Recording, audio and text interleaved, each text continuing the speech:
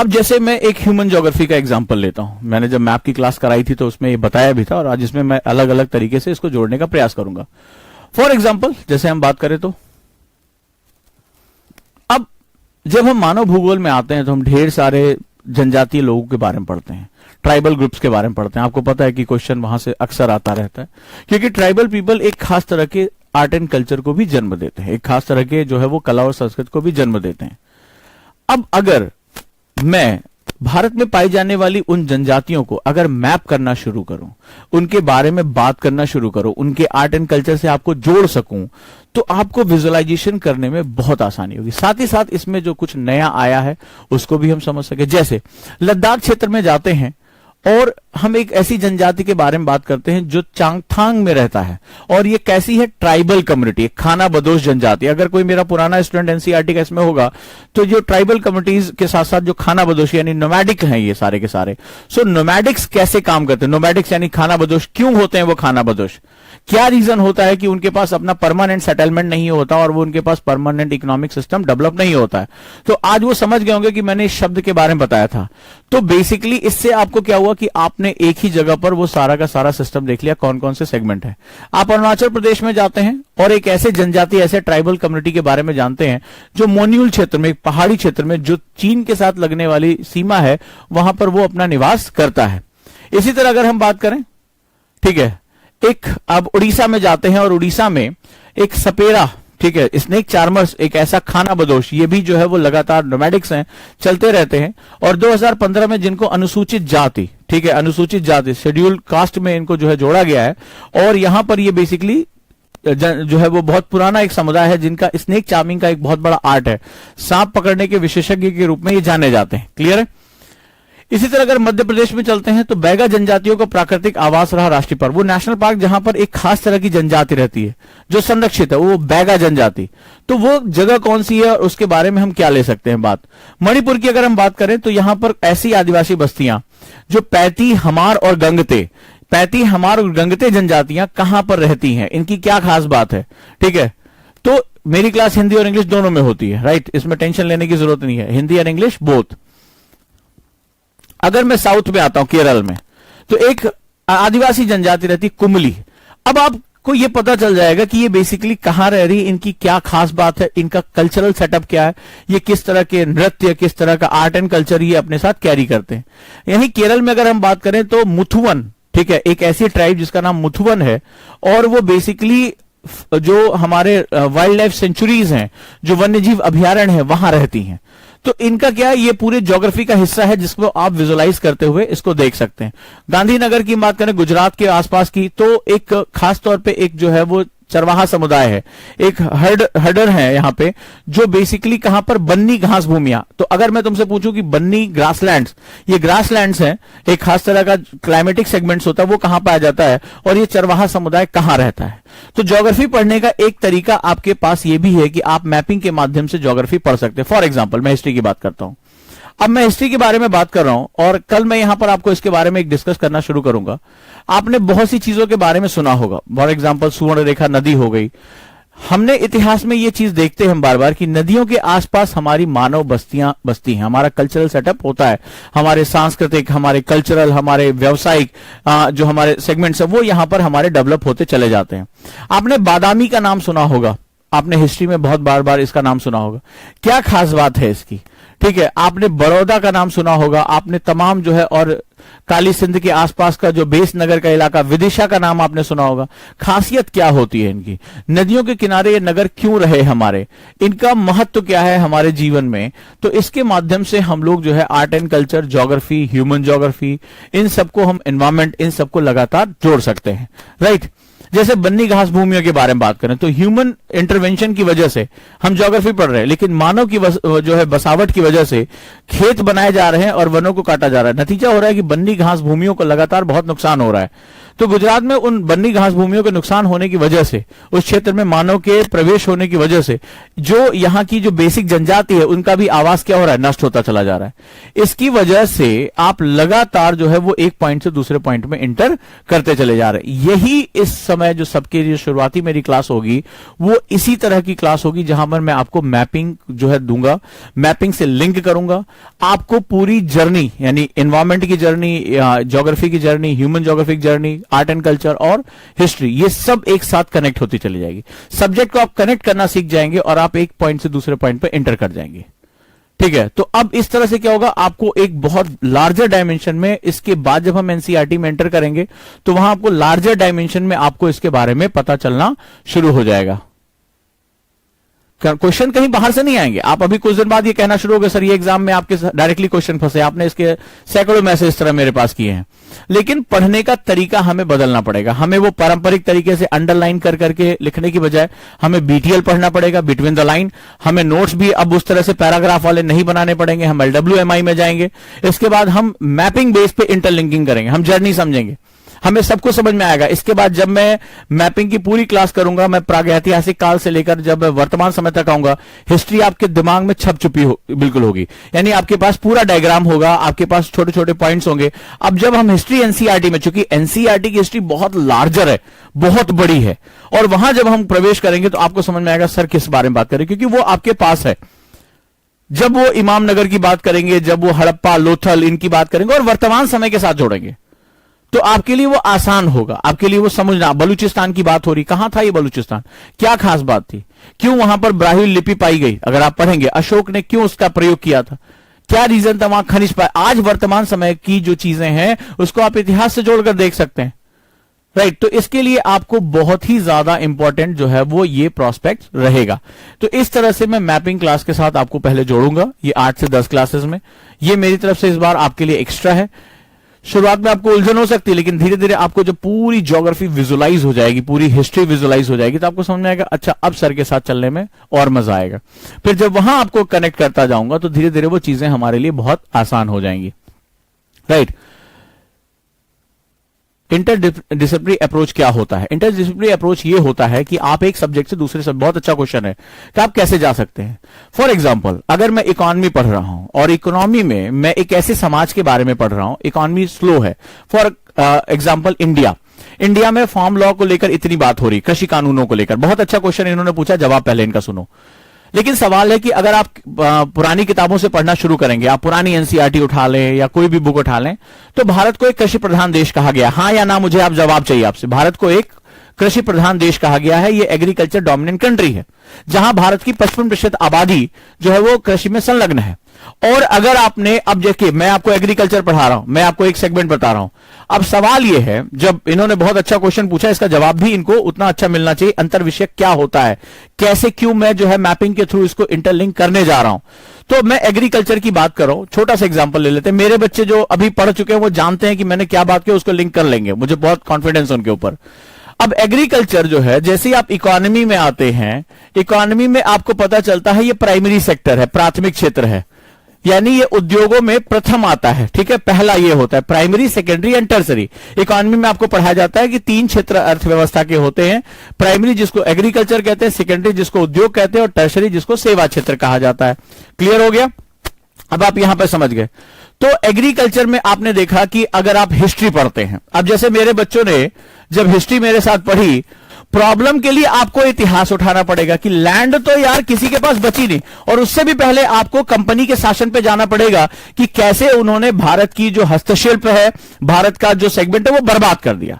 अब इंटरडिसिप्लिनरी की पावर देखिए, बड़े ध्यान समझिएगा, जितने भी बच्चे तैयारी करने जा रहे हैं, अगर ये इंटरडिसिप्लिनरी अप्रोच नहीं है तो यूपीएससी आपसे ये नहीं पूछेगा भारतीय कृषि से आपका क्या तात्पर्य है, ये नहीं क्वेश्चन पूछेगा वो। ये यूनिवर्सिटी में आपने कॉलेज में छोड़ा, यूपीएससी बहुत डेप्थ में जाकर आपका दिमाग निचोड़ लेता है, और यूपीएससी है ये इंटरडिसिप्लिनरी अप्रोच। अब देखो क्या होगा, मुझे आज भारत के हम कानून क्यों लेकर आ रहे हैं, हमने 3 जो है कानून क्यों बनाए थे, या भारत में हम कृषि सुधारों के बारे में बात क्यों कर रहे हैं। सुधार इसलिए करते क्योंकि बिगड़ा हुआ है, कहते ना इसको सुधार दो मास्टर साहब, अरे बिगड़ा हुआ तब तो सुधार रहे ना उसको। इसका मतलब है आज जो हमारे पास एग्रीकल्चर के जो सेगमेंट्स हैं, एग्रीकल्चर में बहुत सी बिगड़ी हुई बातें हैं, वो भी मैं आऊंगा। अब मुझे इस बात को समझने के लिए मुझे इतिहास खंगालना पड़ेगा, प्रॉब्लम कहां से। अगर तुम आज प्रॉब्लम समझने की कोशिश करो कभी नहीं समझ पाओगे। आज प्रधानमंत्री ने कहा कि भारत में एग्रीकल्चर में 80% लोग ऐसे हैं जिनके पास 2 हेक्टेयर से कम भूमि है। ये उन्होंने कहा, ये फैक्ट है। भारत में एक्चुअली में 1.3 हेक्टेयर भूमि है, प्रति व्यक्ति के हिसाब से उपलब्ध है। मान लेते हैं 2 हेक्टेयर भूमि है, तो इसका मतलब है ये 2 हेक्टेयर की बात आई कहां से? क्योंकि अगर आप मेडाइवल हिस्ट्री पढ़ते हो तो भाई भूमि का स्वामी तो राजा या बादशाह होता था। तो कहां से ऐसा चेंज आया कि भूमि खरीदने बेचने की चीज हो गई? आप इतिहास में जाकर, हिस्ट्री में जाकर आप इसकी पड़ताल करते, आप पाते हैं कि किस तरह से हमारे यहां जो उद्योग थे, हैंडीक्राफ्ट था, दस्तकारी, इसको खत्म किया गया।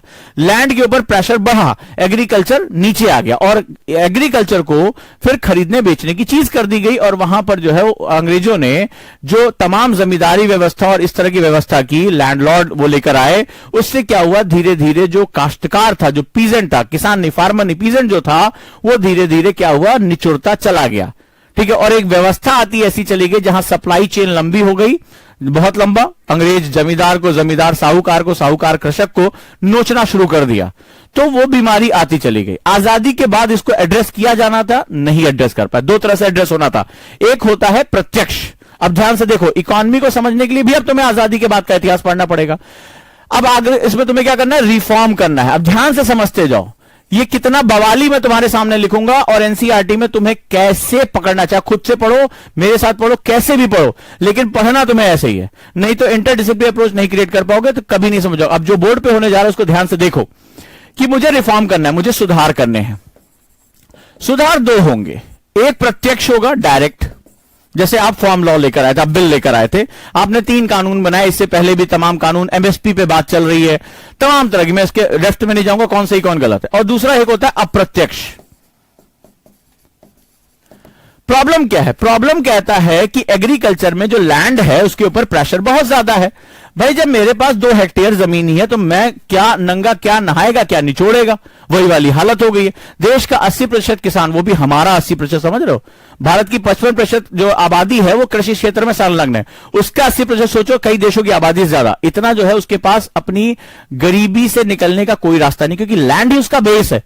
और भूमि सुधार तुम्हारे देश में कभी बहुत ज्यादा जो है वो सबसे नहीं हो पाए। तो तुम्हें 2 काम करना पड़ेगा।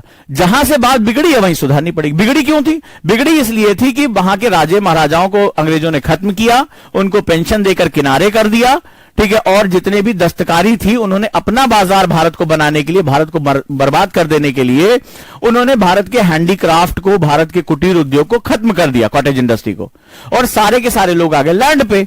तो पहला सुधार तो यह करना है कि यार इनकी इनकम सुरक्षित करो, इनको लैंड रिफॉर्म करके दो, इनको जो है ज्यादा जमीनें दो, सहूलियत दो, सिंचाई दो, बीज दो, इनको सुविधाएं दो, इनको बाजार दो, इनको मंडी दो।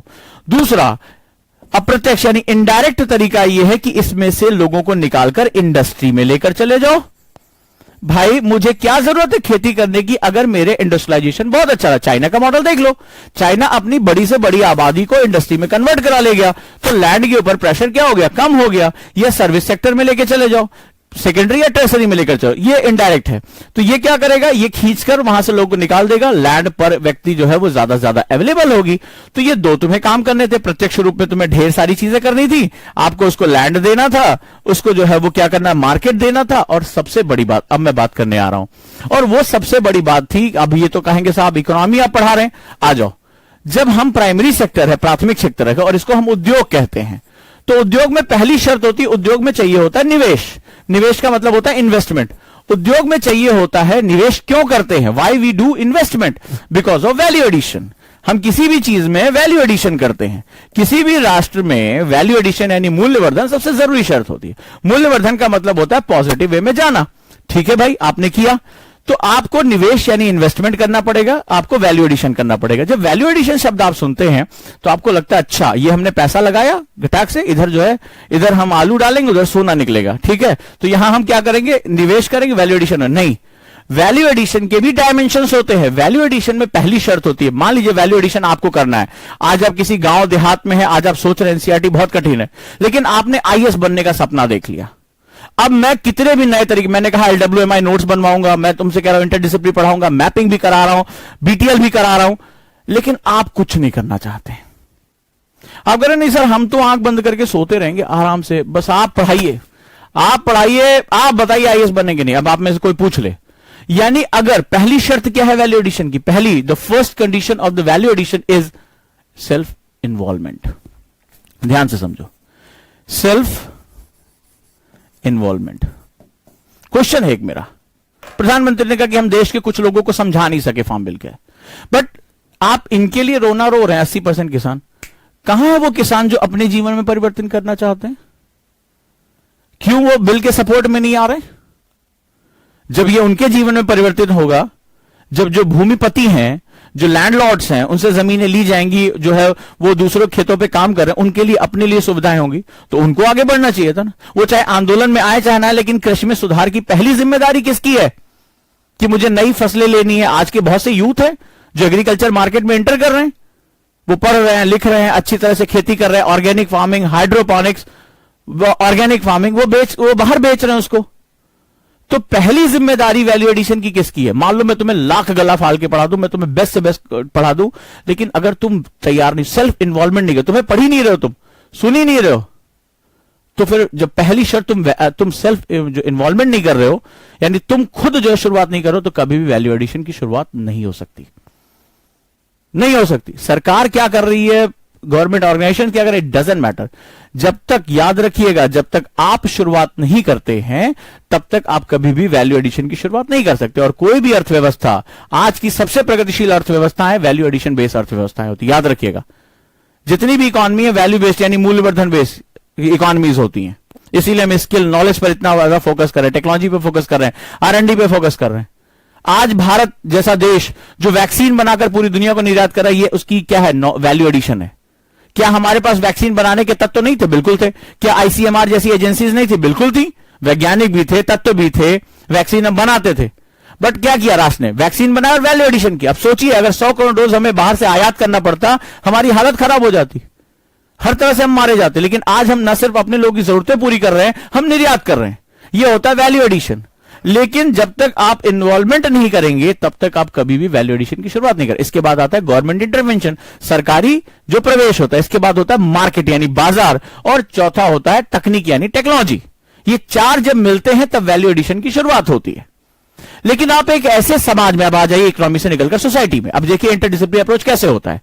आपकी पूरी सोसाइटी सुरक्षा की खाली मांग कर रही है, मेरे अधिकार ना छीनो, मेरे अधिकार रहने दो, मुझे सिक्योर कर दो किसी तरीके से। जो गरीब है वो गरीब। सुरक्षा का मतलब ये नहीं कि तुम किसी दुश्मन से, सुरक्षा का मतलब होता है यथास्थिति बने रहना। कई बार आई एम नॉट कंफर्टेबल, मैं अपने कंफर्ट जोन से बाहर नहीं आना चाहता।